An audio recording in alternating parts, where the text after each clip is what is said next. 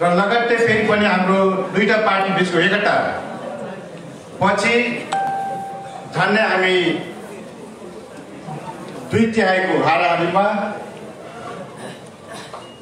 संसदहरूमा प्रतिनिधि सभामा हामी निर्वाचित भएर 2/3 सरकार पनि निर्माण भएको त्यतिखेर थियो। र आज हामी देखिरहेछौँ आज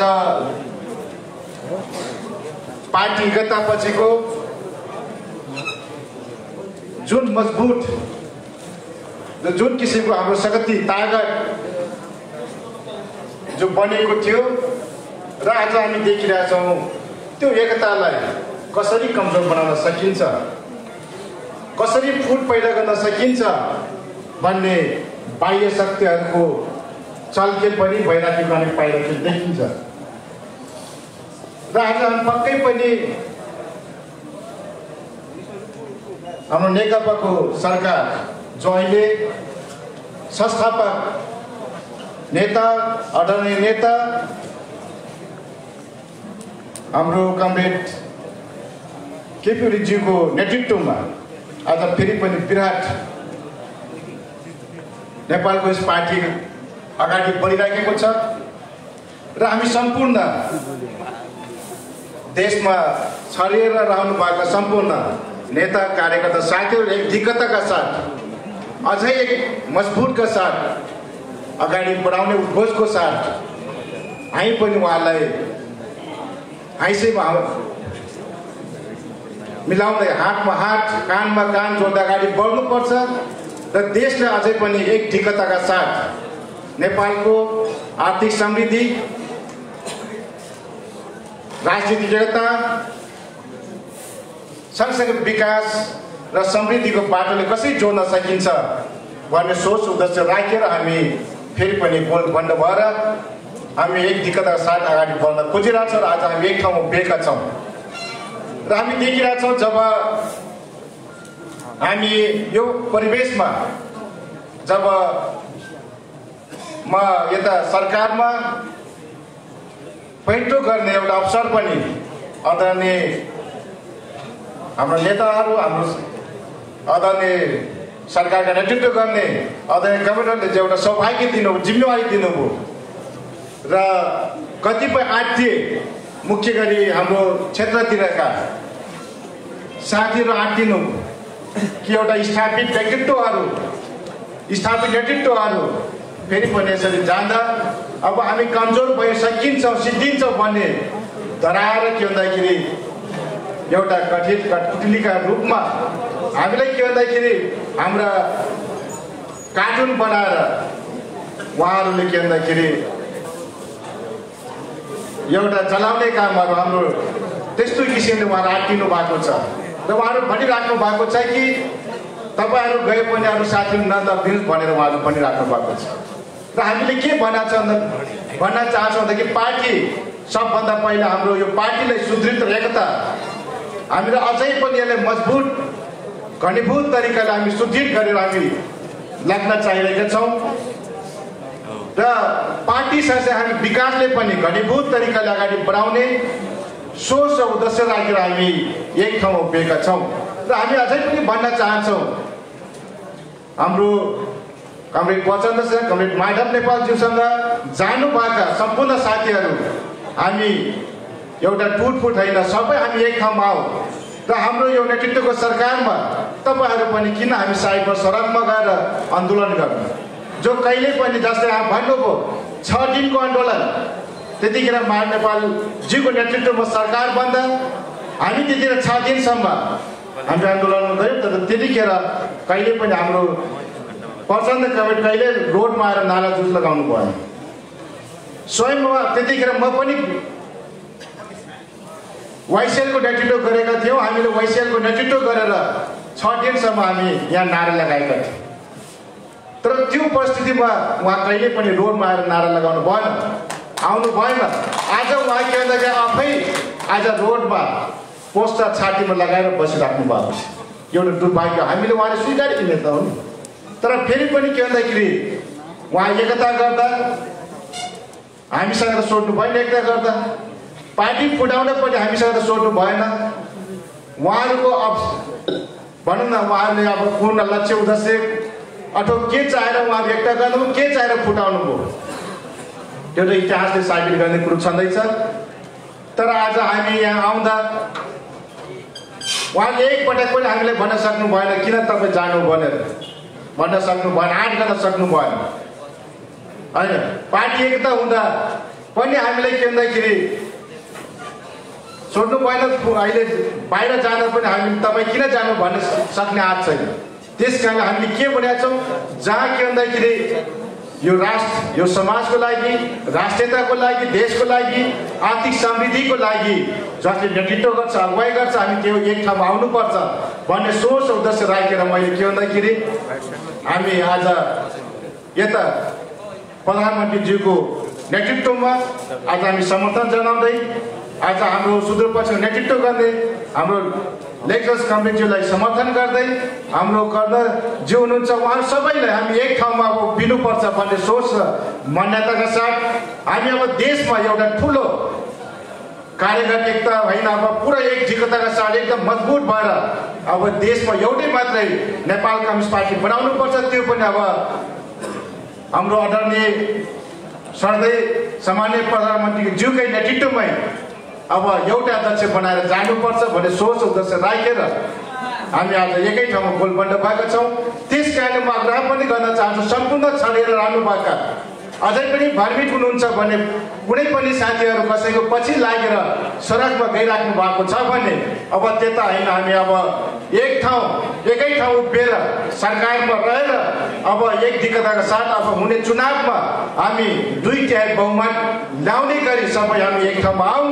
हामीले कुन ठाउँबाट के भूमिका खेल्नुपर्ने हो, सरकारको तर्फबाट, मन्त्रालयको तर्फबाट र हामी पार्टीको तर्फबाट हामीले पनि आफ्नो तहबाट हामी के भूमिका खेल्नुपर्ने हो त्यसको लागि हामी तयार छौँ भन्ने म आग्रह गर्न चाहन्छु। त्यस कारणले फेरि पनि कतिपय साथीहरू अझै पनि हाम्रो कमरेड पचनसँग कति मानव नेपालजीसँग जानु भएको छ भने त्यो बाटो बिराएर नजानुहोस्।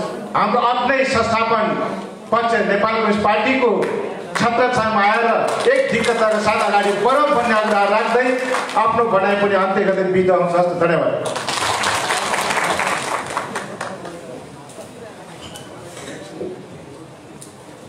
धन्यवाद। कमरेड गौरीशङ्कर चौधरीज्यूलाई म आसन ग्रहणको क्रमलाई जोड्न चाहन्छु। पार्टीको केन्द्रीय कमिटीका सदस्य कमरेडहरूको आसन ग्रहण अघि छुटेको छ। पार्टी केन्द्रीय कमिटीका सदस्य comrade Manlal Khatri, comrade Suresh Rokaya, comrade D B Saud, comrade Anand Bik, comrade Padamraj जोशीज्यूलाई प्रेमज्यूलाई आसन ग्रहणका निमित्त म हजुर पन्त जोशी कमरेड नवल सिंह रावल आउनुभएको छ भने मञ्चमा आसन ग्रहणका निमित्त अनुरोध गर्दछु। पार्टी केन्द्रीय कमिटीका सदस्य मैले अघि पनि उहाँको नाम उच्चारण गरिसकेको छु। पदमराज पन्त प्रेम कमरेडलाई म आसन ग्रहणका निमित्त अनुरोध गर्छु। पार्टी केन्द्रीय कमिटीका सदस्य र पार्टी आजको यस कार्यक्रमका प्रमुख अतिथि पार्टीको श्रद्धेय अध्यक्ष एवं नेपाल सरकारका सम्माननीय प्रधानमन्त्री केही छिनमा हाम्रो कार्यक्रममा आउँदै हुनुहुन्छ। साथीहरूलाई धैर्य धारण गरिदिन म अनुरोध गर्दै यही बिचमा आफ्नो प्रस्तुति कविता लिएर हाम्रो पार्टीका केन्द्रीय सदस्य कमरेड अभिलाल लोखेडाले एउटा प्रस्तुति प्रस्तुत गर्दै हुनुहुन्छ। कविता प्रस्तुत गर्दै हुनुहुन्छ। म कविता प्रस्तुतिका लागि कमरेड अभिलाल लोखेडाज्यूलाई ड्यासमा आमन्त्रण गर्दछु।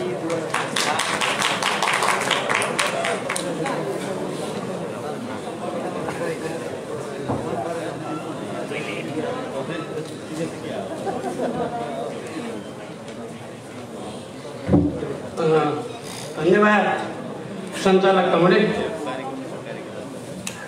नेकपा ध्रुवीकरणको भ्रम र यथार्थता बुझेर आगामी मार्ग समाऊ। सुखी नेपाली समृद्ध सुखी नेपाली समृद्ध नेपालको नारालाई पूर्णता दृष्टि हुनुपर्छ।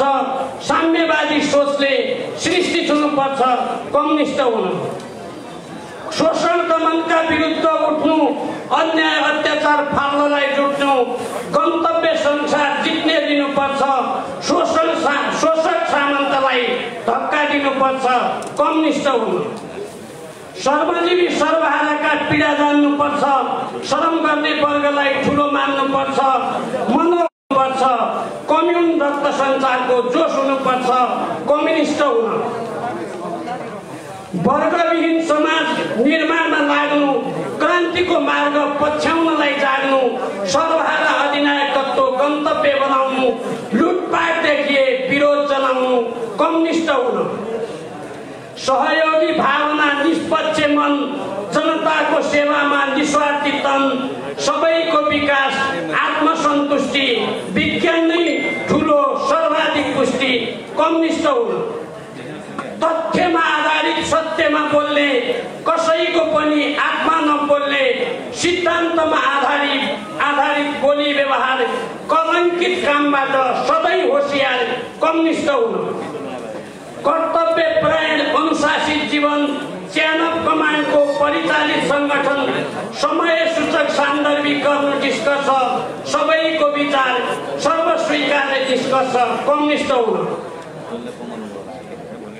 सबैलाई बाँध्ने मार्क्सवाद टोरी, भर्नु छ लक्ष्य सैद्धान्तिक गोरी, सबैको विकास, सोच्नु आफ्नो विकास, सर्वस्वीकार्य दिनुपर्छ निकास, कम्युनिस्ट हुन, कम्युनिस्ट हुन। धन्यवाद।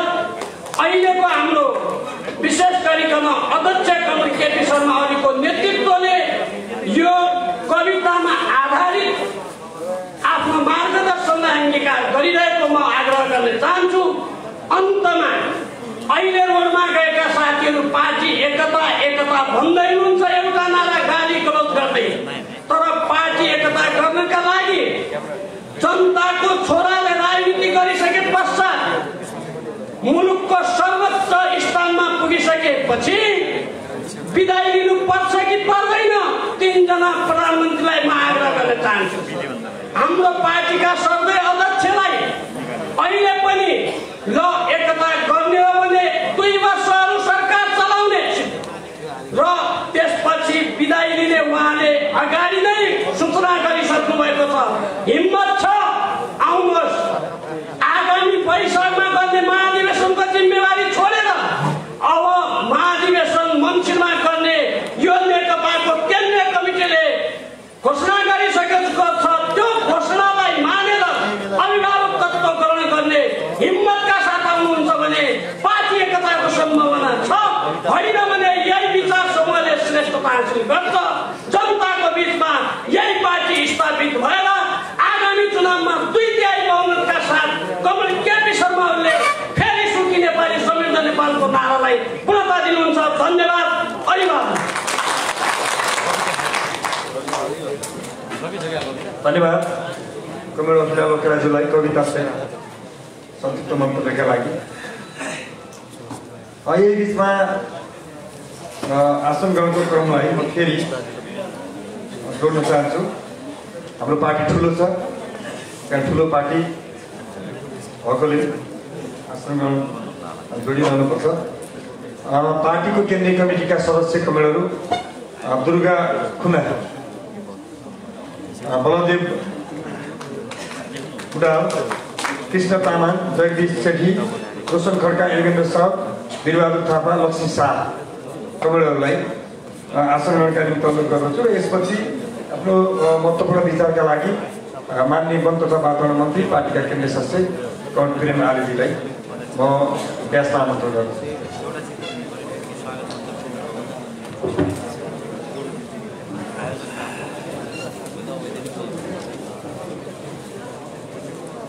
नेपाल कम्युनिस्ट पार्टी उपत्यकामा उपलब्ध सुदूरपश्चिम प्रदेश स्तरीय वृहत कार्यकर्ता भेलाका आदरणीय अध्यक्षज्यू, यस कार्यक्रमका प्रमुख अतिथि, सम्मानित प्रधानमन्त्री एवं नेपाल कम्युनिस्ट पार्टीका आदरणीय नेता कमरेड केपी शर्मा ओलीज्यू, यस कार्यक्रमका विशिष्ट अतिथि हाम्रो पार्टी नेपाल कम्युनिस्ट पार्टीका स्थायी कमिटी सदस्य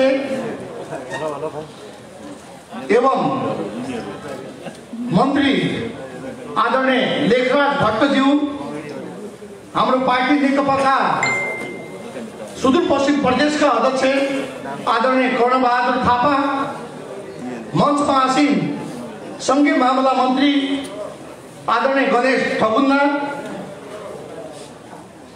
मन्त्री गौरी शङ्कर चौधरी लगायत मञ्चमा आसीन हाम्रा संस्थापक नेताजीहरू लगायत सम्पूर्ण केन्द्रीय सदस्य लगायत सम्पूर्ण जनवर्गीय सङ्गठनमा आबद्ध रहनुभएका कमरेडहरू, सर्वप्रथम यो विशाल भेलाको आयोजनामा उपस्थित हुनुभएका सम्पूर्ण नेता कमरेडहरूलाई म हार्दिक हार्दिक न्यानो अभिवादन व्यक्त गर्न चाहन्छु।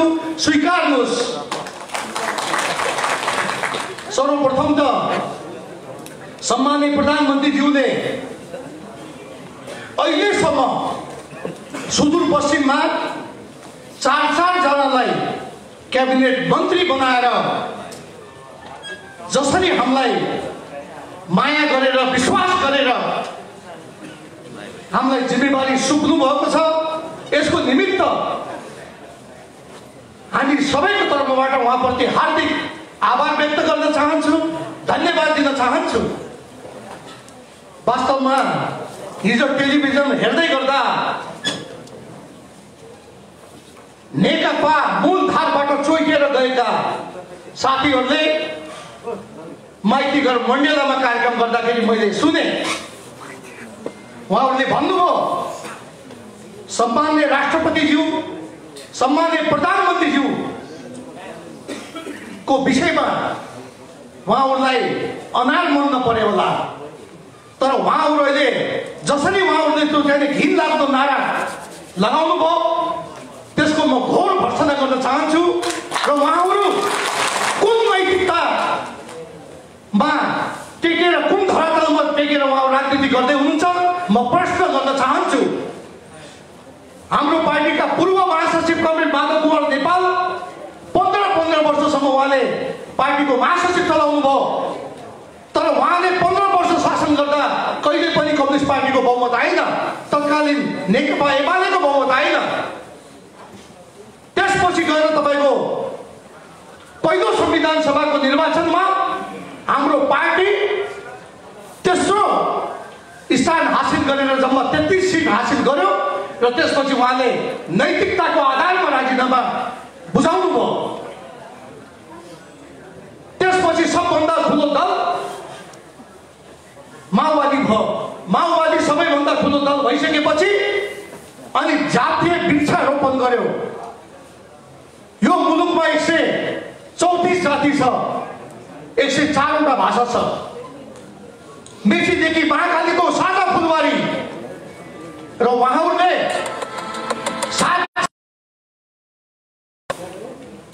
तपाईहरुलाई थाहा छ, हामी धेरै कमरेड लेखराज भट्ट लगायत हामीले सुदूरपश्चिमको आन्दोलन गर्यौं। हरेक दिन 1 लाख जनता उतारेर आदि भेरी सिर्जना गरिसकेपछि बाध्य भएर त्यो बेलाको तत्कालीन माओवादीले पछाडि हट्ने स्थिति आयो। संविधान सभा विघटन भयो। फेरि दोस्रो संविधान सभाको निर्वाचनमा हाम्रो पार्टी सरकारमा गइसकेपछि कमरेड केपी ओलीले यो जातको राज्य बनाउनु हुँदैन भनेर चाहिँ सबैलाई मान्ने हुने खालको संविधान निर्माण भयो।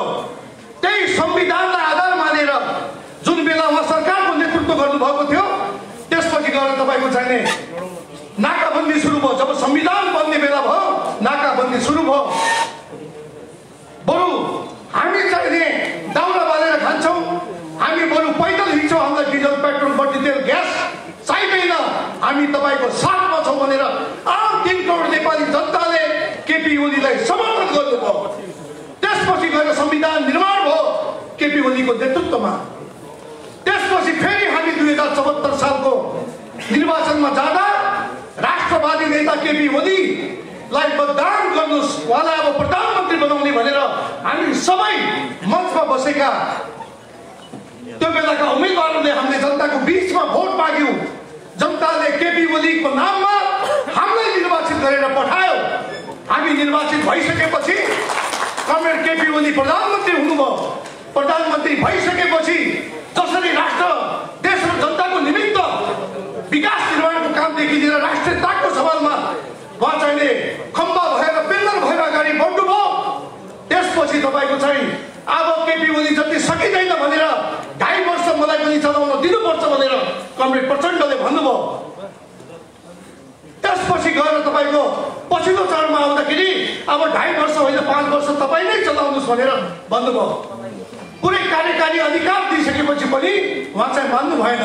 यसो बुझ्दै जाँदाखेरि उहाँको नियत के रहेछ भन्दा केपी ओलीको मृगला फेल भएको छ, अब 3 वर्षभन्दा बढी नबाँच्ने भनेको हुनाले अनि यो पार्टी एकता गर्नुभएको रहेछ।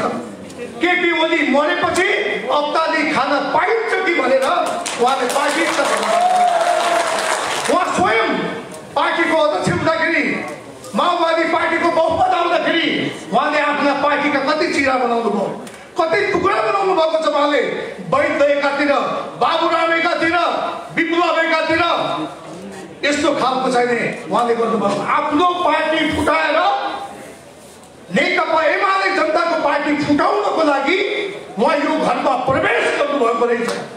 तर हाम्रा नेताले वाम एकता गरेर यदि कम्युनिस्ट आन्दोलन अगाडि बढ्छ भने एकता भएर जाउँ भनेर सदा सैता देखाउनु भएको थियो।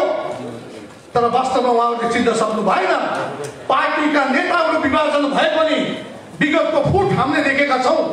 नेकपा एमाले र नेकपा माले छुट्टा छुट्टै पार्टी हुने बेला एउटा पार्टी कहाँ पुगेर अर्को पार्टी कहाँ पुग्यो यो उहाँहरूले देख्नु भएको छ। त्यसो भएको हुनाले तपाईँहरूलाई सद्बुद्धि आओस्, तपाईँहरू फर्किनुहोस्। अझै पनि तपाईँहरूलाई हामी स्वागत गर्न चाहन्छौँ। यदि तपाईँहरू अझै पनि त्यही रोडमै बसेर यस्ता खालका हरकत गर्ने हो भने तपाईँहरूको पतन सुनिश्चित छ।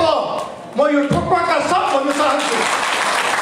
हिजो मात्रै हाम्रा प्रदेशका विद्वान नेता डाक्टर भीमबहादुर राव उहाँले मेरो जिल्ला कोटीमा गएर भन्नुभयो, तस्करको हातमा चाबी। म यही मञ्चबाट भन्न चाहन्छु,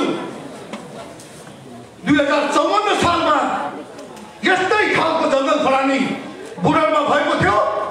त्यसका विरुद्धमा मैले आवाज उठाएँ। मलाई थुप्रै प्रलोभनहरू दिने कामहरू भयो। मैले त्यो इन्कार गरिसकेपछि वनका मान्छे र काठ व्यवसायीहरू मिलेर उल्टो मलाई मुद्दा लगाए। मैले त्यो मुद्दा फेस गरेँ। 9 लाख रुपियाँ धरौती राखेर म त्यो मुद्दाको मैले सामना गरेँ। जिल्ला अदालतबाट मैले 1 वर्षमा सफाई पाएँ। त्यसपछि पुनरावेदन अदालतमा गयो। पुनरावेदनमा पनि मैले सफाई पाएँ। त्यसपछि गएर त मुद्दा टुङ्ग्यो। न अहिलेसम्म मेरो नाममा कुनै काठको 1 क्युफिटको छुटपुटी पनि छैन। न मैले मेरो आरा मिल, मेरो समिल पनि छैन। तर म भन्न चाहन्छु डाक्टर भीमरावलाई, तपाईँले सुदूरपश्चिमलाई टिकबन्दी राखेर 4 पटक तपाईँ उप प्रधानमन्त्री सम्म पुग्नुभयो। जब तपाईँलाई सुदूरपश्चिमलाई गिरबन्दी गरेर गिरवी राखेर पटक पटक नेताहरूको पाइताला चाटेर 4 पटक तपाईँ भएको डाक्टर भीमराव, अघिल्लो पटकको म तपाईँहरूलाई भन्न चाहन्छु, म त्यो बेला निर्वाचित सभासद थिएँ। त्यो निर्वाचित हुँदाखेरि उहाँ माधव नेपालको टिमबाट काठमाडौँको महाधिवेशन हुँदाखेरि, बुटवलको महाधिवेशन हुँदाखेरि उहाँ केपी ओलीको टिम, सम्माननीय प्रधानमन्त्री केपी ओलीको टिमबाट उहाँ चाहिँ उपाध्यक्षको उम्मेदवार हुनुभयो। उहाँ पराजय हुनुभयो। पराजय भइसकेपछि हामीले शपथ खानुहोस् कमरेड, तपाईँको भविष्य छ भन्दाखेरि उहाँले होइन म शपथ खाँदैन, अब किताब लेखेर म खान्छु, म राजनीति छोडेँ भनेर उहाँले भन्नुभयो। म लगायत थुप्रै मान्नेहरू, दैलेखको राजबहादुर बुढा, कैलालीको हाम्रो मान्ने नारद मुनि राणा लगायत अछामको शेरबहादुर कुँवर, हामी सबैले भीमरावलाई सम्झाउँदा नमानेपछि अनि उहाँले मलाई बोलाएर भन्नुभयो, अहिले कमरेड अब यस्तो गर्नु पर्यो, तपाईँहरूले सबै मिलेर नेताका घर घरमा जानु पर्यो, अब मलाई चाहिँ स्थायी कमिटीको सदस्य बनाउनु पर्यो भनेर उहाँले हामीलाई सिकाउनु भयो। अनि हामी चाहिँ त्यो बेलाका निर्वाचित अध्यक्ष, पार्टी अध्यक्ष कमरेड झलनाथ खनालको घरमा गयौँ, माधव नेपालको घरमा गयौँ, आदरणीय प्रधानमन्त्री वर्तमान अध्यक्ष कमरेड केपी ओलीको घरमा गयौँ। सबैका घर घरमा भैलो खेले जस्तो गरेर अन्तिममा ठ्याक्क जब चाहिँ माधव नेपाल प्रधानमन्त्री हुनुभयो, त्यसपछि उहाँलाई गृहमन्त्री बनाएपछि दौडेर गएर उहाँले शपथ खानुभयो। यस्ता खालका छन् हाम्रा विद्वान नेता भीमराव। उहाँ यसपालि पनि जानुभयो जसरी बालुवाटारमा, कमरेड मलाई उप प्रधानमन्त्री बनाइदिनु पर्यो, म तपाईँकै उसमा लाग्छु। अनि सम्मानितले भन्नुभयो, तपाईँ कति पटक मन्त्री हुने, 4-4 पटक त तपाईँले खाइसक्नु भएको छ, अरूको पनि त पालो दिनु पर्यो भन्दा त्यसपछि उहाँ उता गएर छोड्नु हुन्न केपी ओलीको सरकारलाई भनेर उता उचाल्ने उहाँको त्यसो भएको हुनाले उहाँले सम्बोधनमा भनेको कुरा मैले अघि फेरि म दोहोऱ्याउन चाहन्छु। उहाँले भन्नुभयो चोरको हातमा चाबी। अघि मैले मेरो कुरा स्पष्ट, यहाँ मिडियाकर्मी साथीहरू पनि हुनुहुन्छ, मैले आफ्नो कुरा राखिसकेँ। म भन्न चाहन्छु, जसरी सम्माननीय प्रधानमन्त्रीज्यूले हामीलाई विश्वास गरेर हामीमाथि चाहिँ माया गरेर हामीलाई जुन जिम्मेवारी सुम्पिनु भएको छ, उहाँको सिट कतै ननिहुरिने गरी हामी काम गर्नेछौँ भन्ने कुरा तपाईँहरूलाई म विश्वास दिलाउन चाहन्छु। र डाक्टर भीमरावले अहिलेसम्म जसरी चाहिँ 4-4 पटक उप प्रधानमन्त्रीसम्म भएर पनि एउटा चाहिँ मागा मार्न सक्नु भएन। विकास के हो भन्ने उहाँलाई थाहा छैन। मेरो जिल्लामा 10-10 लाखको चाहिने योजनाहरू मैले हाल्दाखेरि उहाँले गएर रिबन काट्नुहुन्छ, तर मेरो जिल्ला डोटीमा 2 अरब 20 करोड पैसा मैले बजेट हाल्दाखेरि सम्माननीय प्रधानमन्त्रीज्यूलाई शिलान्यासको लागि बोलाउँदा उहाँ रोक्न खोज्नुहुन्छ। उहाँ त्यस्तो नेता हो। गाउँपालिकाले 10 लाख रुपियाँ हाल्यो भने उहाँ रिबन काट्न दौडिनुहुन्छ, रेल चुहाउँदै। 2 अरब 20 करोड रुपियाँ हाल्यो भने उहाँ चाहिँ रोक्न खोज्नुहुन्छ। यस्तो नेता हुनुहुन्छ हाम्रो डाक्टर भीमराव। जो सबै यो पार्टी मिल्न नदिने अवसरवादीको रूपमा मैले हेरेको छु। तपाईँहरूलाई सब थाहै छ। हिजोको दिनमा हामी सबै भीमरावका कार्यकर्ता थियौँ। भीमराव आस्थाको धरोहर भनेर हामी भाषण गर्थ्यौँ, तर भीमराव जस्तो तुच्छ मान्छे मैले अहिलेसम्म देखेको छैन। म तपाईँलाई अर्को शब्द दिलाउन चाहन्छु। 2074 सालको अन्तिम आमसभामा हाम्रो पार्टीले विशाल आमसभा गर्यो। करिब 10,000 मान्छेको उपस्थिति भयो। हाम्रो पार्टीका आदरणीय नेता कमरेड कर्ण थापा उपस्थित हुनुहुन्थ्यो, कमरेड गौरी ओली उपस्थित हुनुहुन्थ्यो र प्रमुख अतिथिको रूपमा कमरेड भीमराव आउनुभएको डाक्टर साहब, साथमा जनार्दन शर्मा पनि आउनुभएको थियो। र उहाँ त्यहाँ आउन साथ जब 10,000 को भेल उहाँले देख्नुभयो, उहाँ त कालो निलो भएर छटपट गर्नुभयो। अनि जब त्यहाँ जनताले आफ्नो नेता आयो भनेर मालाले स्वागत गर्दा गर्नुभयो डाक्टर रावले। भनेर म त अचम्म परेँ। त्यसपछि आमसभा सुरु भयो। कमरेड जनार्दन शर्माले प्रेमाले दोस्रो पटक संविधान सभामा निर्वाचित हुँदा आफू मगर जातिको मान्छे भएर पनि कहिले पनि जातको राज्य बनाउनुपर्छ भनेर उहाँले भन्नु भएन। यदि जातको वृक्षारोपण हुन्छ, यदि जातको राज्य हुन्छ भने संविधान सभाको सदस्यबाट राजीनामा दिन्छु भनेर प्रेमाले भन्नुभयो भनेर उहाँले भोट माग्नुमा जनताले ताली बजाए, स्वागत गरे। जब डाक्टर भीमरावको भाषण नेपालमा आयो, डोटी जिल्ला की महिला मेयर कमरेड मन्जु मलासी यस्ती, कमरेड मन्जु मलासी उस्ती। अब यहाँ 100 किलोको मान्छे हेर्छ, सूर्यलाई त भोटै माग्दैन, हँसियालाई भोटै माग्दैन। यसो हेर्छु त डाक्टर राहुल त उता काङ्ग्रेस वीरबहादुर बलानसित गठबन्धन रहेछ। यस्तो खालको हाम्रो डाक्टर भीमराव। त्यसो भएको हुनाले म सम्पूर्ण आदरणीय नेताहरूले भन्न चाहन्छु, यो डाक्टर ठिक छैन।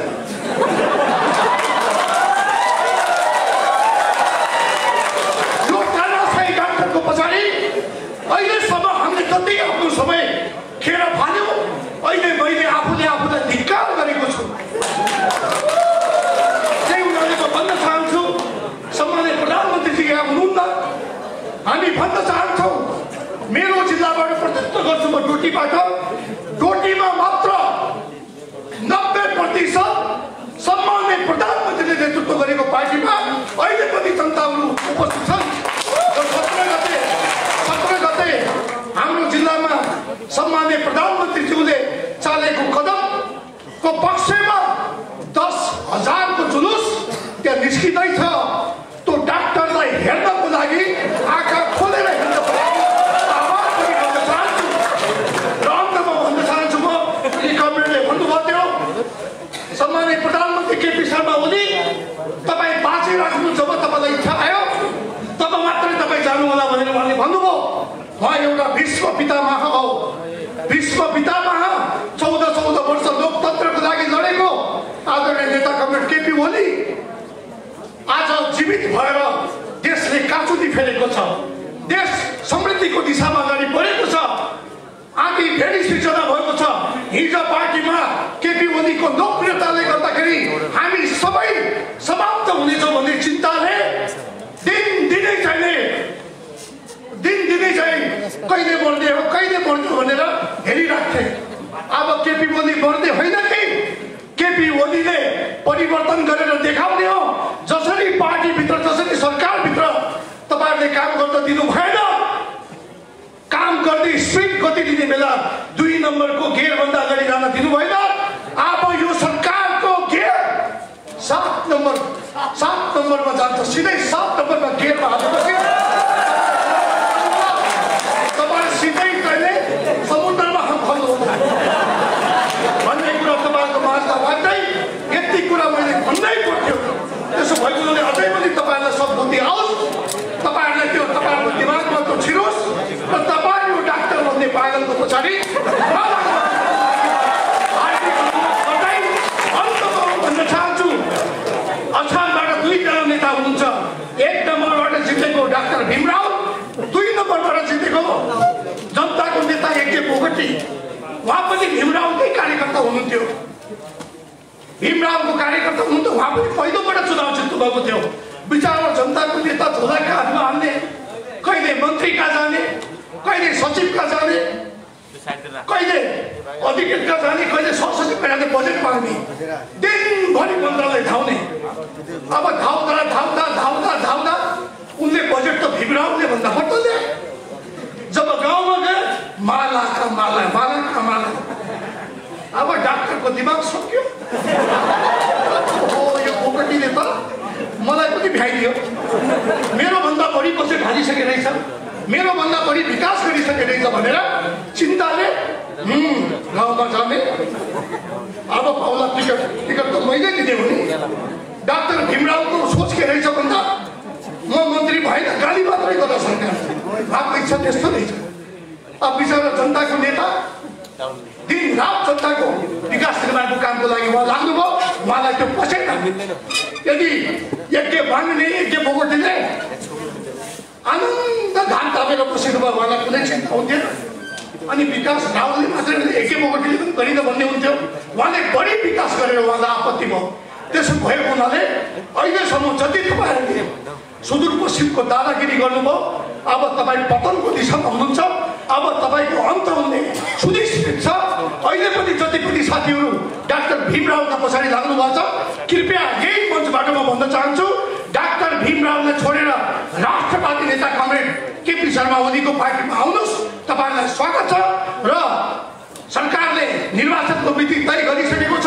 आउने निर्वाचनमा कमरेड केपी ओलीको पार्टीले 2/3 बहुमत ल्याउने कुरा सुनिश्चित छ भन्ने कुरा तपाईँहरूको माझमा राख्दै मैले लामो समय लिएको हुनाले म कार्यक्रमका सञ्चालकसित क्षमा माग्दै म आफ्नो भनाइ यही अन्त गर्छु। धन्यवाद। धन्यवाद माननीय बोर्ड तथा महत्त्वपूर्ण मन्त्री श्रीमानीज्यूलाई असाध्यै सान्दर्भिक ऊर्जाशील मन्तव्यका लागि। अब यसपछि म आफ्नो महत्त्वपूर्ण विचारहरू व्यक्त गरिदिनका निमित्त कालापानी लिपुलेक र लिपियाधुराको भूमिबाट प्रतिनिधित्व गर्नुहुने नेपाल सरकारका माननीय सङ्घीय मामला तथा सामान्य प्रशासन मन्त्री नेपाल कम्युनिस्ट पार्टी नेकपाका केन्द्रीय सदस्य कमरेड गणेश सिंह ठकुन्दाजीलाई इतिहासमा आमन्त्रण गर्दछु।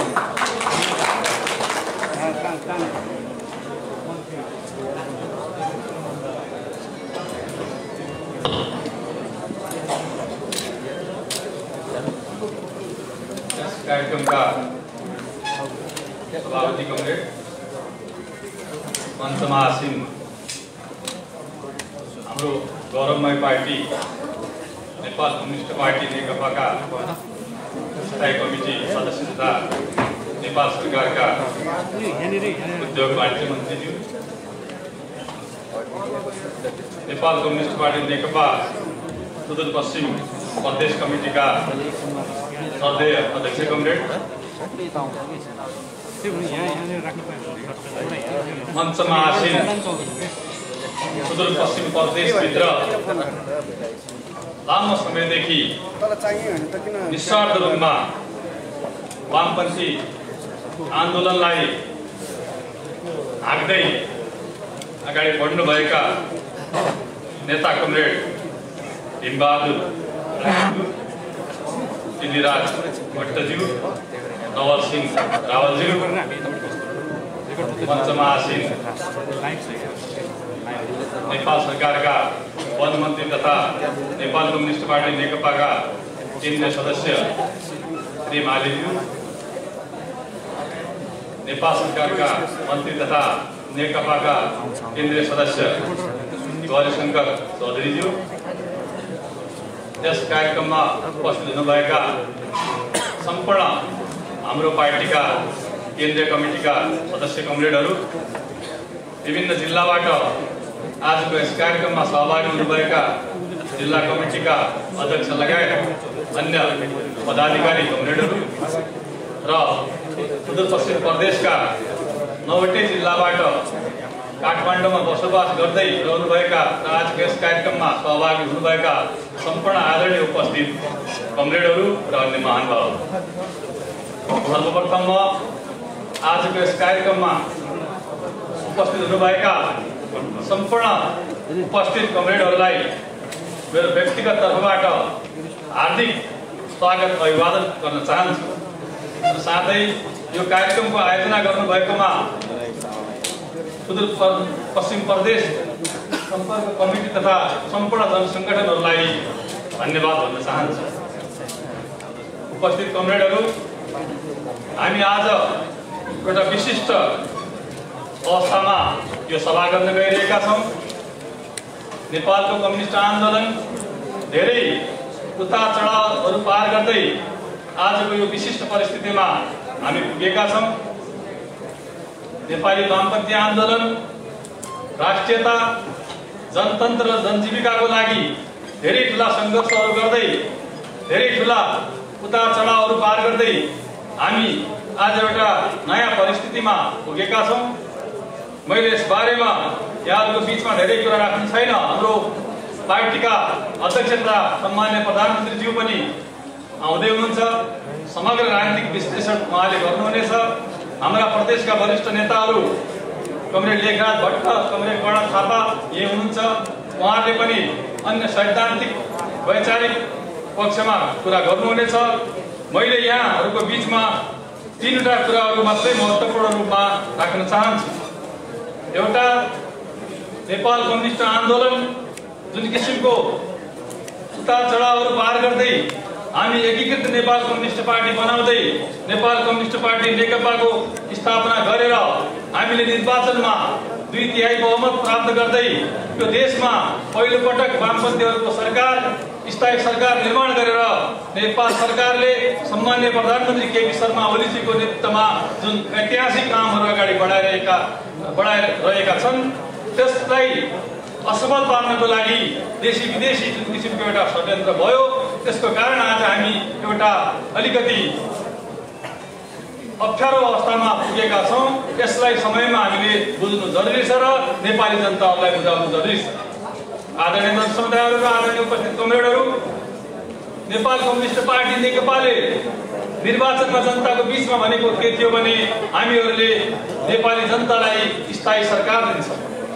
हाम्रो मूल मुद्दा के थियो भने नेपालमा पटक पटक हुने सरकार परिवर्तनले, सरकारको नीति परिवर्तनले नेपालको राजनीति अस्थिर भयो र अस्थिर राजनीतिले गर्दाखेरि नेपालको विकास निर्माणदेखि लिएर नेपाली जनताहरूको राष्ट्रियता र स्वाभिमानका मुद्दाहरू पनि ओझेलमा पर्न गए।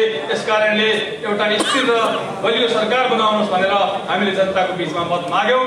त्यो मत माग्नुको लागि सिङ्गो नेपाल कम्युनिस्ट पार्टी र त्यस बेलाको वाम गठबन्धन हामी एकताका बद्धका साथ अगाडि बढ्यौँ। जब नेपालमा सम्माननीय प्रधानमन्त्री केपी शर्मा ओलीजीको नेतृत्वमा सरकार बन्यो, त्यो सरकारले विभिन्न किसिमका ऐतिहासिक कामहरू अगाडि सार्यो। लामो समयदेखि हाम्रो देशमा मिचिएको भूमि फिर्ता लिने एउटा ऐतिहासिक कामहरू अगाडि बढे। मलाई के लाग्छ भने नेपालको राजनीतिक इतिहासमा कुनै पनि सरकारले आफ्नो देशको राष्ट्रियताको लागि, आफ्नो देशको भौगोलिक अखण्डताको लागि, आफ्नो राष्ट्रको मिचिएको भूमि फिर्ता गर्नको लागि सम्माननीय प्रधानमन्त्री केपी शर्मा ओलीजीको जुन एउटा चट्टानी अडानका साथ जुन किसिमको भूमिका निर्वाह गर्नुभयो, यो आजसम्म हामीले देख्न पाएका छैनौँ। आज हरेक जनताले भनिरहेका छन् यो मुद्दा कुनै नेपाल कम्युनिस्ट पार्टीको मुद्दा मात्र रहेन, यो मुद्दा कुनै हाम्रो पार्टीभित्रको गुटहरूको मुद्दा पनि रहेन, यो सिङ्गो नेपाली जनताको एउटा मुद्दा रहेको छ र नेपाली जनताहरूको एउटै आवाज छ।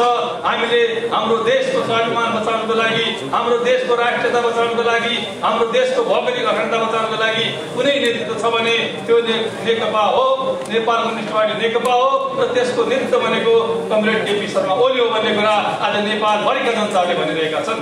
यो कुनै नेपाल कम्युनिस्ट पार्टीका कार्यकर्ताहरूको बीचको कुरा होइन। नेपाली काङ्ग्रेसलाई समर्थन गर्ने जनताहरूले पनि भनिरहेका छन्, अन्य राप्रपामा समर्थन गर्ने जनताहरूले पनि भनिरहेका छन्।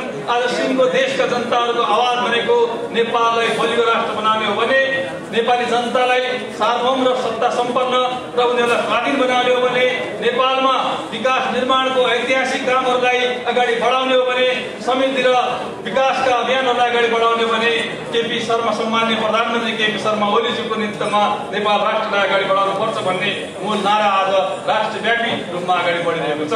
यसकारणले आज हामीले अलिकति केही साथीहरू पार्टीको मूलधारबाट बाहिर गएर सडकमा गइरहेका छन्, त्यसले जनताको बीचमा थोरै तमासा त भइरहेको छ, तर पनि हामीहरूले चित्त दुखाउनु पर्ने र मन खुम्च्याउनु पर्ने कुरा छैन। हामी राष्ट्रिय मुद्दामा हाम्रो पार्टी मूलधारमा छ, जनताको मुद्दामा हाम्रो पार्टी मूलधारमा छ। हाम्रो पार्टीभित्रका समूहको कुरा मात्रै छोडिदिनुहोस्, समग्र राजनीतिक दलहरूमध्ये श्रेष्ठ दल हाम्रो पार्टी छ। आज राष्ट्रियताको मुद्दा कसले बोकिरहेको छ नेपालमा? हाम्रो पार्टी नेपाल कम्युनिस्ट पार्टी नेकपा र सम्मान्य प्रधानमन्त्री केपी शर्मा ओलीजीले बोकिरहनु भएको छ। जनजीविकाको मुद्दा कसले बोकिरहनु भएको छ? आज असहाय अपाङ्गहरूको मुद्दा कसले बोकिरहेको छ? एकल महिलादेखि लिएर सम्पूर्ण वृद्ध आमा बुवाहरूको मुद्दा कसले बोकिरहेको छ? आज गरिब किसान मजदुरका मुद्दाहरू कसले बोकिरहेको छ? आज प्रत्येक पालिका स्तरमा जनताको आधारभूत स्वास्थ्य सेवा पुर्याउनको लागि स्वास्थ्य संस्थाहरूको पुनः संरचना गर्ने र तिनीहरूको स्थापना गर्ने मुद्दा कसले बोकिरहेको छ? आज प्रत्येक गाउँपालिकाहरूमा कालोपत्रे सडक बनाउने एउटा राष्ट्रव्यापी अभियानका मुद्दाहरू कसले बोकिरहेको छ? आज देशव्यापी रूपमा रेल सेवादेखि लिएर पानी जहाजदेखि लिएर थुप्रै नयाँ कार्यक्रमहरू सञ्चालन गर्ने ऐतिहासिक सपना जुन हिजोसम्म हामीले सपना भन्थ्यौँ, अब त्यसलाई विपनामा ल्याउने कामहरू कसको नेतृत्वमा अगाडि बढिरहेको छ? नेपाली जनताहरूका मूर्छित सपनाहरूलाई कसको नेतृत्वमा कुन पार्टीले अगाडि बढाइरहेको छ? यो सिङ्गो नेपाली जनताहरूलाई थाहा छ। नेपाली जनताहरूले यसको मूल्याङ्कन गर्नेछ। तर मैले के कुरा राख्न चाहन्छु भने हाम्रो पार्टी नेपाल कम्युनिस्ट पार्टी नेकपा विभाजित भएको छैन। मूल नेपाल कम्युनिस्ट पार्टी नेकपा यहाँ छ। एकता पछाडिको प्रथम अध्यक्ष सम्मान्य प्रधानमन्त्री केपी शर्मा ओलीज्यू यही पार्टीको अध्यक्ष हुनुहुन्छ, पार्टीका महासचिव यही पार्टीमा हुनुहुन्छ। यो पार्टीको आधिकारिक बैठकमा भाग नलिएर अन्यत्र बैठक गरिरहनु भएका साथीहरूलाई म अनुरोध गर्न चाहन्छु कि मूल पार्टीमा ठाउँ हुँदाहुँदै तपाईँहरूले सडकमा जानुपर्ने कुनै आवश्यकता छैन। यति ठुलो पार्टीमा तपाईँहरूलाई अवसर हुँदाहुँदै तपाईँहरूले अहिले आन्दोलनका नाममा जनताहरूको बीचमा नाटक गर्नुको कुनै अर्थ छैन, त्यसमा जनताको समर्थन हुनेवाला छैन। मैले यस मामलामा यस मानेमा हामीले हाम्रो प्रदेशका साथीहरूलाई के अनुरोध गर्न चाहन्छु भने हामी 7 नम्बर सुदूरपश्चिम प्रदेशलाई एकताबद्ध बनाऊ। यो राष्ट्रिय अभियानलाई सुदूरपश्चिम प्रदेशबाट एउटा सन्देश दिउँ। वास्तवमा सुदूरपश्चिम प्रदेशले पहिले पनि पार्टीमा विभाजन आजभन्दा 6-7 महिना पहिले नै हुन थालिसकेको थियो। सुदूरपश्चिम प्रदेश मात्रै त्यस्तो प्रदेश हो जसले पहिलोपटक सम्पूर्ण बहुसंख्यक सांसदहरूले हामीले नेताहरूलाई खबरदारी गरेर पार्टी विभाजनमा पक्षमा नलाग्नुहोस्, पार्टी एकताको पक्षमा लाग्नुहोस्, अस्थिरताको पक्षमा नलाग्नुहोस् भनेर 2/3 भन्दा बढी केन्द्रमा रहेका सांसदहरूले नेताहरूलाई गएर चाहिँ खबरदारी गर्ने काम हामीले नै गरेका थियौँ।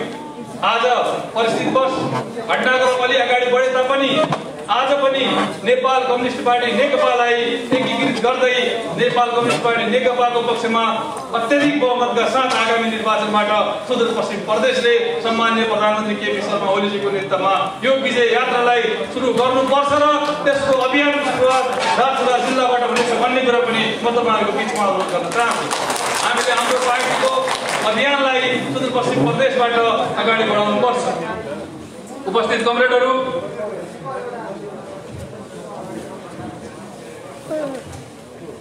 आज हामी सुदूरपश्चिमका सम्पूर्ण साथीहरू यहाँ भेला भएका छौँ।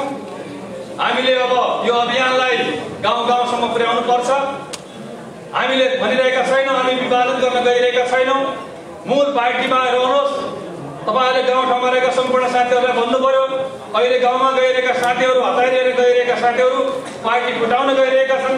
पार्टी फुटाउने पक्षमा हामी छैनौँ। नेपाली जनता छैनन्, नेपाल कम्युनिस्ट पार्टीका कार्यकर्ता छैनन्।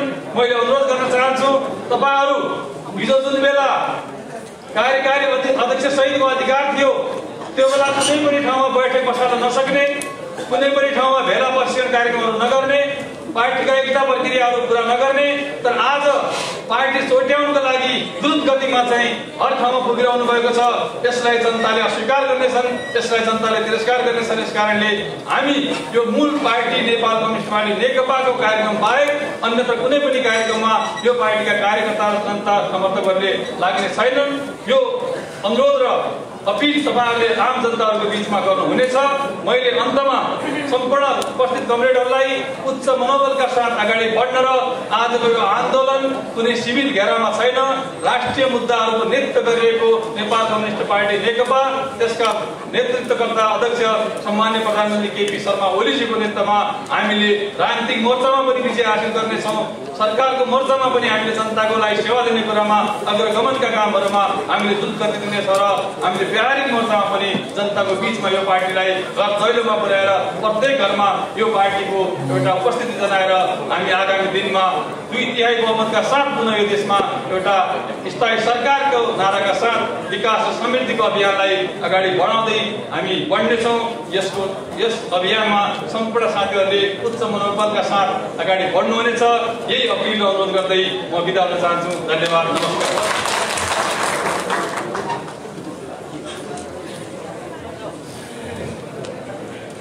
धन्यवाद माननीय संघीय मामला तथा सामान्य प्रशासन मन्त्री, पार्टीको केन्द्रीय कमिटीका सदस्य कमरेड गणेश सिंह ठकुनाज्यूलाई, हाम्रो पार्टीका श्रद्धेय अध्यक्ष एवं सम्माननीय प्रधानमन्त्री बालुवाटारबाट यो कार्यक्रमका लागि प्रस्थान गरिसक्नु भएको छ। त्यसो भएको हुनाले सम्पूर्ण उपस्थित कमरेडहरूलाई धैर्य धारण गरेर शान्तपूर्वक ढङ्गले कार्यक्रममा बसिदिनु हुनका लागि म आयोजकको तर्फबाट हार्दिक अनुरोध गर्न चाहन्छु। बाहिर रहनुभएका साथीहरू पनि भित्र आएर बसिदिनु होला।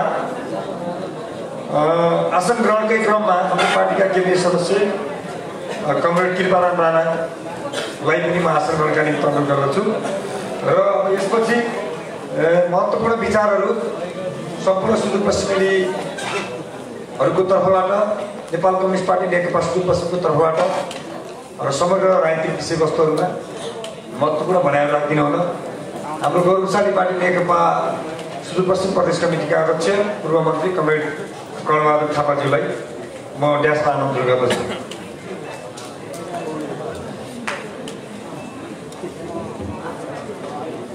नभोके पनि खुकुरी घोडा बन्दुकको तलवार कलमैबाट भत्काइदिन्छु अन्याय संसार।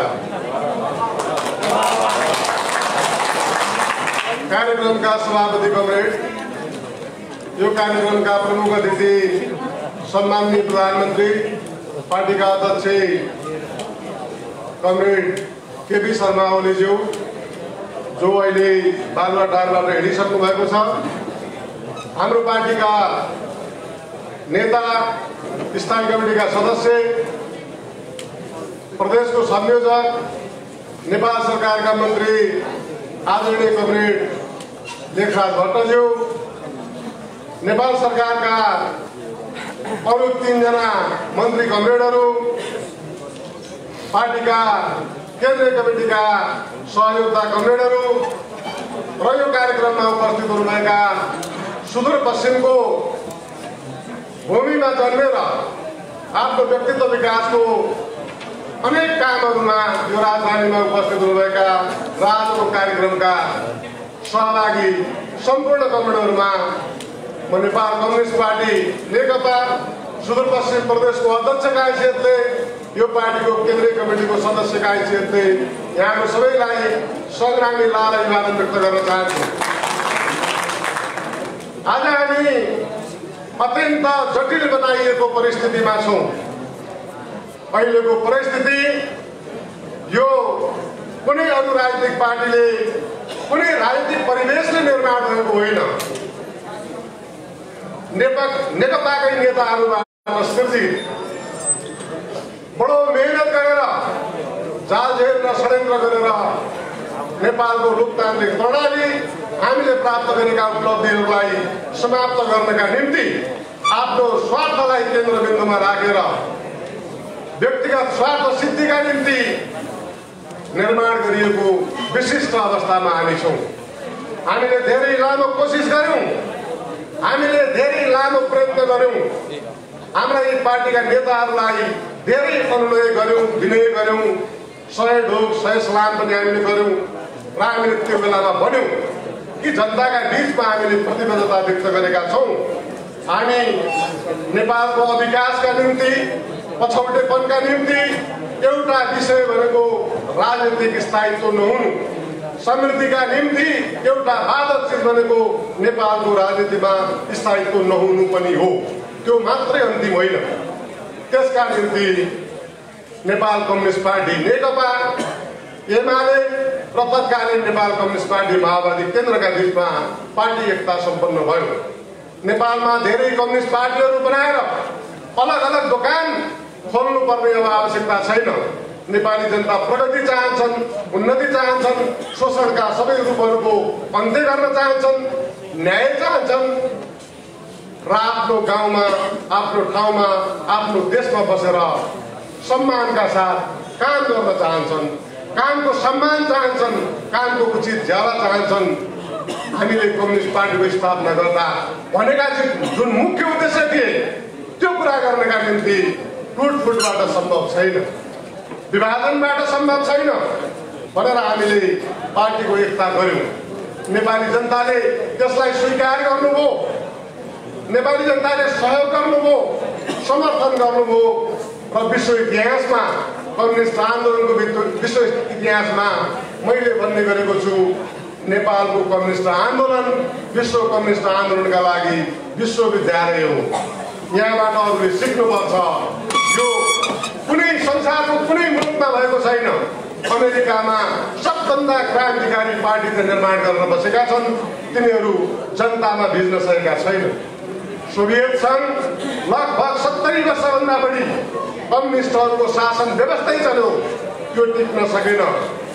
चाहे भियतनाममा होस्, चाहे कम्बोडियामा होस्, चाहे उत्तर कोरियामा होस् या चीनमा होस्, यी सबै ठाउँहरूभन्दा भिन्न ढङ्गले हाम्रै मौलिकतामा, हाम्रै भूमिमा सुहाउने गरिकन हामीले हाम्रा गतिविधि गर्यौँ, सङ्गठन गर्यौँ, जनतालाई सम्झाउन बुझायौँ, अरूभन्दा पृथक कम्युनिस्ट आन्दोलनलाई सफल बनाएर यो देशमा देखायौँ। हामीलाई गर्न भनेर, विरोध गर्न भनेर होइन, असन्तुष्टि व्यक्त गर्न भनेर होइन, हामीलाई यो राष्ट्र निर्माण गर भनेर नेपाली जनताले हामीलाई समर्थन गरेका हुन्। त्यस कारणले निजी स्वार्थहरूमा केन्द्रित भएर, व्यक्तिगत लाभमा केन्द्रित भएर यो पार्टीलाई नबिगार्नुहोस्, यो सरकारलाई असफल नबनाउनुहोस्। धेरै ठुलो प्रयास र प्रयत्न हामीले गर्यौँ। जति लचक हुनुपर्ने थियो, जति झुक्न सक्नुहुन्थ्यो हाम्रो पार्टीको नेता, प्रधानमन्त्री उहाँले झुक्नुपर्ने ठाउँमा झुक्नुभयो, लचकता देखाउनु पर्ने ठाउँमा लचकता देखाउनुभयो। पार्टीको एकताकै लागि भनेर सचिवालय 9 जनाको बनाउनु भयो। त्यो 9 जनामा सबै अनुहारहरू तपाईँहरूले चिन्नुहुन्छ, देख्नुहुन्छ। त्यो सचिवालय कुनै नेतृत्व परिवर्तन गर्नका निम्ति भनेर निर्माण गरिएको थिएन। एकताको कामलाई सम्पन्न गर्नका निम्ति महाधिवेशनको आयोजना गरेर एकताको महाधिवेशन सम्पन्न गर्नका निम्ति गरेको थियो। स्थायी कमिटी त्यसका निम्ति बनेको थियो, केन्द्रीय कमिटी त्यसका निम्ति बनेको थियो।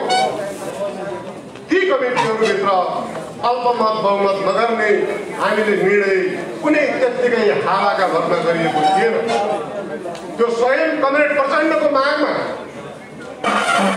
विगतको निर्वाचनमा लगभग 70% मत प्राप्त गरेको तत्कालीन नेकपा एमाले 30% मत प्राप्त गरेको तत्कालीन नेकपा माओवादीका बीचमा एकता गरिएको थियो। दुईटैको भावनालाई सम्मान गर्नुपर्छ, एक अर्कामा गए जस्तो होइन, एउटा विशाल उद्देश्यका निम्ति एकता गरिएको भन्ने भावना हरेकका मनमा परोस्, सबैमा सुरक्षाको भाव होस्, यो पार्टीभित्र मेरो भविष्य छ भन्ने ठान्ने स्थिति बनोस्। त्यसका निम्ति ती कमिटीहरू निर्माण भएका थिए। यी अन्तरिमकालीन व्यवस्था थिए। हामीले अन्तरिम विधान बनायौँ।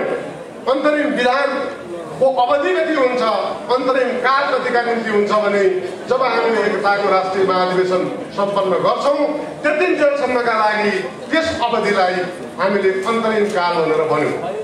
यहाँ धेरै हाम्रो कार्यकर्ता कमरेडहरू हुनुहुन्छ। यो हाम्रो कार्यकर्ता भेला हो, यो आमसभा होइन।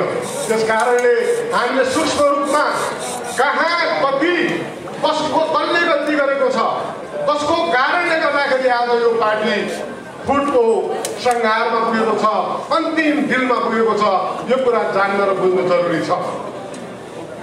दुईटा अध्यक्षले पार्टी कमिटीको बैठक बोलाउँदा सहमति गर्ने, दुईटा अध्यक्षले एजेन्डा तयार पार्ने, दुईटा अध्यक्षले निर्णय भएकोमा हस्ताक्षर गर्ने, यो हामीले एकता गर्दा हाम्रो विधानमा पनि त्यो व्यवस्था राख्यौँ।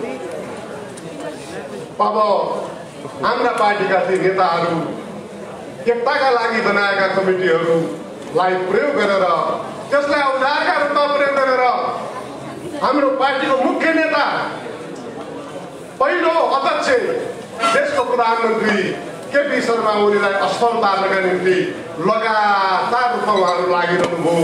यसको पछाडिको एउटा कारण म प्रारम्भमै कमरेडहरूलाई भन्न चाहन्छु कि पार्टी एकता गर्ने चाहना, अहिले जो सबभन्दा ठुलो पार्टी एकताको प्रचार गर्नुहुन्छ, हल्ला गर्नुहुन्छ, माधव नेपाललाई पार्टी एकता गर्ने इच्छा थिएन। झलनाथ खनाललाई पार्टी एकता गर्ने कि नगर्ने पदको केही पनि थाहा थिएन। अघि हाम्रा डाक्टर भीम रावको कुरा यहाँ आइसकेको छ, तिनलाई पार्टी एकता गर्न परेको थिएन, किनभने उनले पूर्व एमाले भित्रै आफ्नो ठुल्ठुला पदका घिउका लड्डु मनसँग खाइरहेका थिए। उनलाई देश अगाडि बढाउनु पर्ने कुरा थिएन। समृद्धिको उद्देश्य उहाँहरूसँग थिएन। उहाँहरूलाई आफ्ना पदहरू कसरी सुरक्षित गर्ने, कसरी प्राप्त गर्ने, त्यो ध्यानमा मात्रै उहाँहरू हुनुहुन्थ्यो। त्यो दुईटा पार्टीको बिचको एकता जुन प्रक्रियाबाट गरियो, एकता गर्ने नै हो भने त्योभन्दा भिन्न कुनै पनि तरिका हुन सक्दैन थियो। किनभने ठुलो छलफल र बहस गरेर यदि पार्टी एकता गर्ने कि नगर्ने भनेको भए त्यो पार्टी एकता गर्न सम्भव थिएन। 20 वर्ष छलफल हुन्थ्यो होला, तर पार्टी एकताको निष्कर्षमा पुगिँदैन थियो। हो, अहिले पार्टी एकता भङ्ग गर्ने काम कुन मानसिकताका आधारमा भएको छ, कुन उद्देश्यका साथ भएको छ त भन्दा यो पार्टीभित्र उनीहरूले ठुला पद प्राप्त गरेनन्। स्वयं हाम्रो भीमराव कसैलाई नेता मान्ने मान्छे होइनन्। नेताले प्राप्त गरेको शक्ति उपयोग गर्ने मान्छे हुन्। यी कहिल्यै राजनीतिको कुरा, यिनले दर्शनको कुरा, राजनीतिको कुरा, सिद्धान्तको कुरा, म उहाँसँग विगत 20-25 वर्षदेखि एउटै कमिटीमा काम गरेर आएको छु। तिनलाई कुनै राजनीतिको मतलब छैन। स्वार्थ सिद्धिभन्दा फर्केर अर्को कुनै काम छैन। उहाँको काम आफूभन्दा माथिकाको चाकरी गर्ने, आफूभन्दा तलका माथि शासन गर्ने। योभन्दा पक्केर केही पनि थिएन। पार्टी एकताले के गर्यो भने त्यो स्वार्थ सिद्धि सजिलै ढङ्गले हुन सक्ने भएन। पार्टीमा नयाँ खालको परिस्थिति बन्यो। मानौँ एउटा सानसानो खोलामा पौडी खेलिरहेको मान्छेलाई एउटा ठुलो सागरमा फालिदियो भने अब त्यसले त आफ्नो नयाँ ढङ्गले क्षमता प्रदर्शन गर्नुपर्ने भयो। सफलताका निम्ति कामबाट प्रमाणित गर्नुपर्ने भयो। नेताको चाकडी गर्न मात्रै नहुने भयो। नेतालाई प्रभावित गर्न मात्रै शक्ति प्राप्त नहुने भयो। यो खालको परिस्थिति देखिसकेपछि अघि पूर्व वक्ता कमरेडहरूले भने जस्तै कमरेड केपी शर्मा ओलीबाट पद प्राप्त गर्नका निम्ति अत्यन्त धेरै कोसिस गर्नुभयो। भित्रभित्र धेरै चाकडी गर्नुभयो। मलाई यो शब्द यदि नराम्रो लाग्छ भने म क्षमा माग्न चाहन्छु तपाईँहरूलाई। बाहिर केपी शर्मा ओलीको विरोध गरिरहँदा पनि भित्रभित्र भीमरावले सधैँभरि केपी शर्मा ओलीलाई उन्होंने विनय गर्नुहुन्थ्यो, मलाई तपाईँ किन मान्नुहुन्न, मलाई पद दिनुहोस्। उहाँले विनम्रताका साथ भन्नुभयो, कमरेड तपाईँले धेरैपल्ट गरिसक्नुभयो, अब थुप्रै मान्छेहरू नयाँ मान्छेहरू आएका छन् नेकपाभित्र। अब चाहे थारू बनौँ, चाहे चौधरी बनौँ, चाहे अरू जनजातिका मान्छे बनौँ या पहाडको कुनै अरू समुदायको मान्छे बनौँ, विभिन्न प्रकारको योग्यता र क्षमता भएका 20औं-25औं वर्ष आफूलाई कामबाट योग्य साबित गरेका थुप्रै मान्छेहरू आइसकेको अवस्थामा त्यसो नगरौँ, लगातार एउटै मान्छेलाई दिन सकिँदैन भनिसकेपछि उहाँले अब केपी ओलीका विरुद्धमा नयाँ किसिमको षड्यन्त्र गर्नुभयो।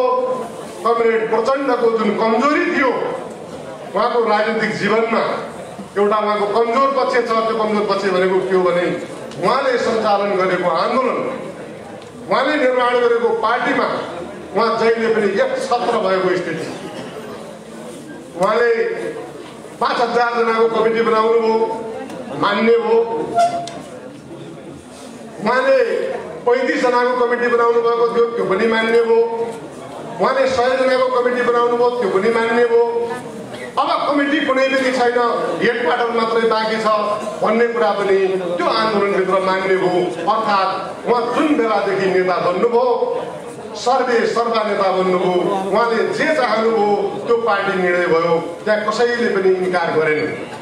यस्तो प्रकारको पृष्ठभूमि कमरेड प्रचण्डको छ। अब नेकपा निर्माण भइसकेपछि कमरेड प्रचण्डभन्दा माथि प्रथम अध्यक्षका रूपमा कमरेड केपी शर्मा ओलीलाई जीवनमा उहाँले पहिलोपटक अरूलाई नेता मान्नुपर्ने भयो। यो परिस्थितिमा पनि लगातार तपाईको पक्षमा हामी छौँ, तपाईँ उठ्नुहोस्, तपाईँ जाग्नुहोस्, तपाईँले अब प्रचण्डको रूप देखाउनु पर्यो, तपाईँ साँच्चै पुष्पकमल दाहाल हुनुभयो कि यो लगातार उहाँहरूले गरिरहनु भयो।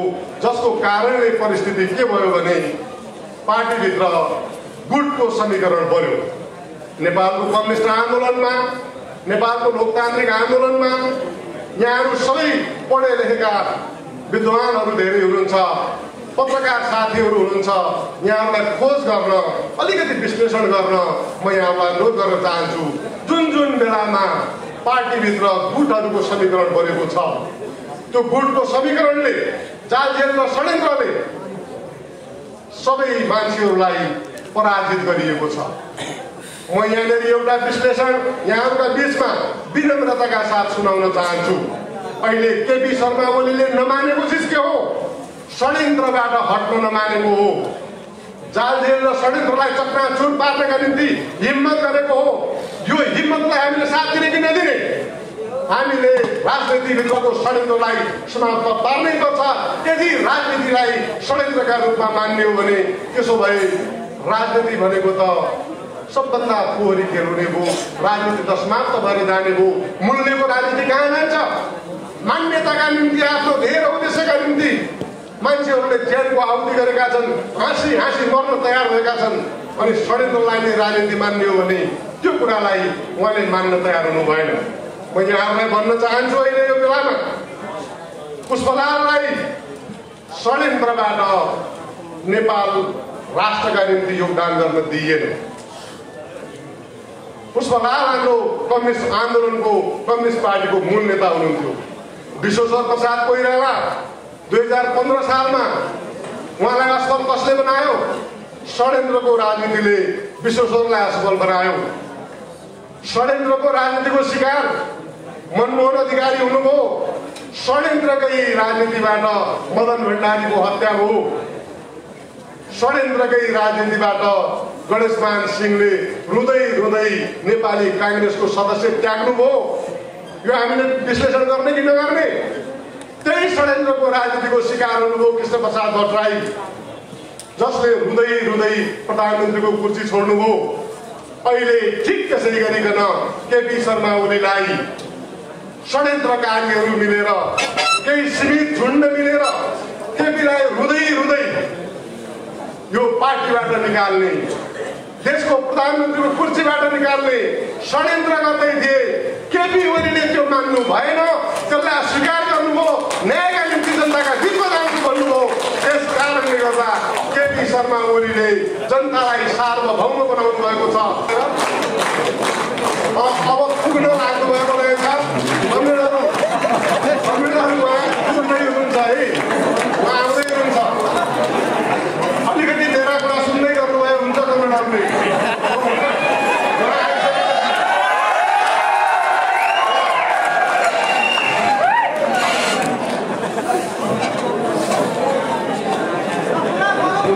फोटो खिच्नु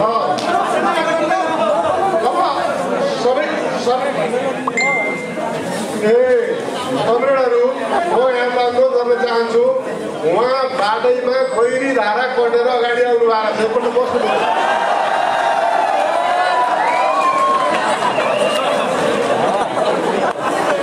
सबै कमरेडहरूलाई म मेरो भनाइ अगाडि बढाउन चाहन्छु। कमरेडहरू नेताहरू हुनुहुन्छ, सबै कमरेडहरू नेता हुनुहुन्छ। कोही अगरा समूहको नेता हुनुहुन्छ, कोही युवा सङ्घको नेता हुनुहुन्छ, कोही महिला सङ्घको नेता हुनुहुन्छ, कोही पार्टीको विभिन्न तहको नेता हुनुहुन्छ। त्यस कारणले कमरेडहरू, हामीले सबै विषयवस्तुहरूलाई अलिक गहनतापूर्वक हेर्ने, सूक्ष्म ढङ्गले विश्लेषण गर्ने र त्यसपछि सही निष्कर्ष निकालिसकेपछि त्यो निष्कर्षमा आफू दिने र अरूलाई उभ्याउनका निम्ति प्रयत्न गर्ने, यो काममा हामी अगाडि बढ्नुपर्दछ। म अघि तपाईँहरूलाई भन्दै थिएँ कि नेपालको राजनीति हुन सकेन, प्रतिस्पर्धाको राजनीति हुन सकेन, स्वस्थ राजनीति हुन सकेन। परिवर्तनका लागि जनताले धेरै ठुलो कुर्बानी गरे, धेरै ठुलो आन्दोलन गरे, धेरै ठुलो त्याग गरे। जब परिवर्तन भयो, परिवर्तन भइसकेपछि फेरि षड्यन्त्रकारीहरूले नै त्यो परिवर्तनलाई जनताको जीवनमा रूपान्तरित हुन दिएनन्। हामीले यो कुरा बुझ्न जरुरी छ कमरेडहरू। मैले 15 सालको प्रसङ्ग तपाईँहरूलाई त्यसै उल्लेख गरेको छैन। हामी अहिले नेपालका धेरै विद्वान विश्लेषकहरू, राजनीतिज्ञहरू, नेपाली काङ्ग्रेसका थुप्रै नेताहरू विश्वेश्वर प्रसाद कोइरालालाई महान विश्वेश्वर भन्छन्। तर महान विश्वेश्वरलाई असफल बनाउनका निम्ति त्यो बेला 109 सिट जितेको नेपाली काङ्ग्रेसले राजा महेन्द्रले चालेको पञ्चायती व्यवस्थाको कदममा 74 जना मान्छेहरूले हस्ताक्षर गरेका थिए। बिपी प्रवासमा बस्नुभयो, बिपी नेपालमा आउनुभयो, बिपीसँग जो योग्यता थियो, जो क्षमता थियो, त्यो क्षमता नेपाल राष्ट्रका निम्ति उपयोग हुन पाएन। पुष्पलाल श्रेष्ठलाई पार्टीको स्थापना गर्नुभयो। रायमाझीहरूले बहुमत हासिल गरे। यो त बहुमत भनेर कुर्नेहरूलाई तपाईँहरूले चिन्न जरुरी छ। कहाँको बहुमत, कुन बहुमत, कस्तो प्रकारको बहुमत, कुन उद्देश्यका निम्ति बहुमत, मत कहाँबाट निर्माण हुन्छ? मत भनेको कुनै विषयवस्तु अगाडि सार्ने, त्यसमा छलफल गर्ने अनि आफ्ना विश्लेषण सारेर त्यसलाई भन्छौँ हामी मत। यहाँ मतको कुरा छैन। अहिले तपाईँहरू सुन्दै हुनुहुन्थ्यो, हाम्रा पार्टीका कार्यकर्ता कमरेडहरू राम्रो गरिकन अध्ययन गर्नुहोस्। हामीले विगत 1 वर्षदेखि यस्तै प्रकारको झगडाले हामीले पार्टीभित्र सुनिरहेका छौँ। यो अहिले जो पछिल्लो पटक कदम चाल्न खोजेको कदम, यो कोभिड-19 आउनुभन्दा अगाडि नै यी सबै किसिमका रचनाहरू भएका थिए। केपी ओलीलाई अचानक आकस्मिक हमला गर्ने अनेक खालका तयारीहरू थिए। उहाँ जुन बेलामा बिमारी हुनुभयो, बिमारी भएर उहाँलाई उपचार गर्नु भनेर अस्पताल लगियो।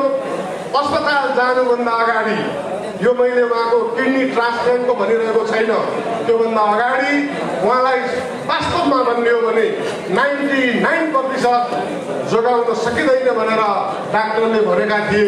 जुन बेलामा उहाँलाई त्यो निमोनिया भएको थियो, त्यो साथै गाह्रो अवस्था थियो। यिनले यो दस्तावेज 19 बुधे हाम्रा डाक्टर भीमरावले यो 19 बुधे तयार पार्नमा 1 नम्बर भूमिका खेलेका, किन षड्यन्त्र र जालझेलका निम्ति राम्रो ख्याति प्राप्त मान्छेका रूपमा उहाँलाई त्यही बेला छानिएको रहेछ। अर्का ख्याति प्राप्त मान्छे सुरेन्द्र पाण्डे भन्ने पनि छन्। यो सुरेन्द्र पाण्डेले 2069 सालमा 11 बुधे यस्तै प्रकारको अहिलेको यो 19 पेज जस्तै केन्द्रीय कमिटीमा पेश गरेका थिए। त्यो केन्द्रीय कमिटीमा पेश हुँदा छलफल भयो।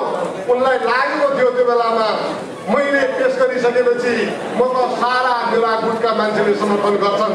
पार्टी केन्द्रीय कमिटीको बैठकमा हामीले त्यो बेलामा भन्यौँ, त्यस्तो प्रकारको आरोप लगाउने मान्छे सुरेन्द्र पाण्डे या सुरेन्द्र पाण्डेले लेखेका कुराहरू उनले प्रमाणित गर्नुपर्छ। यदि प्रमाणित गर्न सक्दैनन् भने यिनले केन्द्रीय कमिटीबाट निष्कासन हुनुपर्छ। यदि केपी शर्मा ओलीमाथि लगाइएका अभियोगहरू प्रमाणित हुन्छन् भने केपी शर्मा ओली यो पार्टीको सदस्यका रूपमा रहन सक्नुहुन्न। छलफल भयो। त्यो छलफलमा सुरेन्द्र पाण्डेले भाग पनि लिन सक्नु भएन। उहाँले आत्मआलोचना गर्नुभयो। अस्ति चितवनको घटनामा यो 19 पेजको तयार पार्दा मेरो पनि भूमिका छ भनेका हुनाले विभाजनको रेखा पहिल्यै तिनले परिसकेका थिए। चितवनका एकता चाहने मान्छेहरूले त्यस कारण गर्नु परेको हो। र सम्माननीय प्रधानमन्त्री केपी शर्मा ओली हाम्रो कार्यकक्षको नजिकै आइपुग्नु भएको खबर प्राप्त भएको छ। कमरेडहरू सबै एकपल्ट उठिदिएर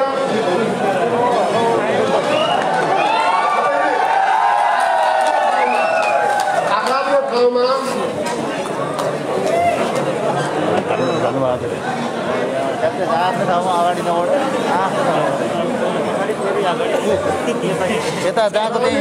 फुलमालाका पक्षमा छैनौँ। एउटा मात्रै हामीले तपाईँहरू सबैका तर्फबाट यो एउटा गुच्छा उहाँ दिएर स्वागत गर्ने योजनामा छौँ। त्यसैले उहाँ आइसकेपछि म मेरो कुरा निरन्तर गर्नेछु। अब सम्माननीय प्रधानमन्त्री केपी शर्मा ओलीलाई यहाँहरू सबैले हार्दिक स्वागत गरिदिनु हुनका निम्ति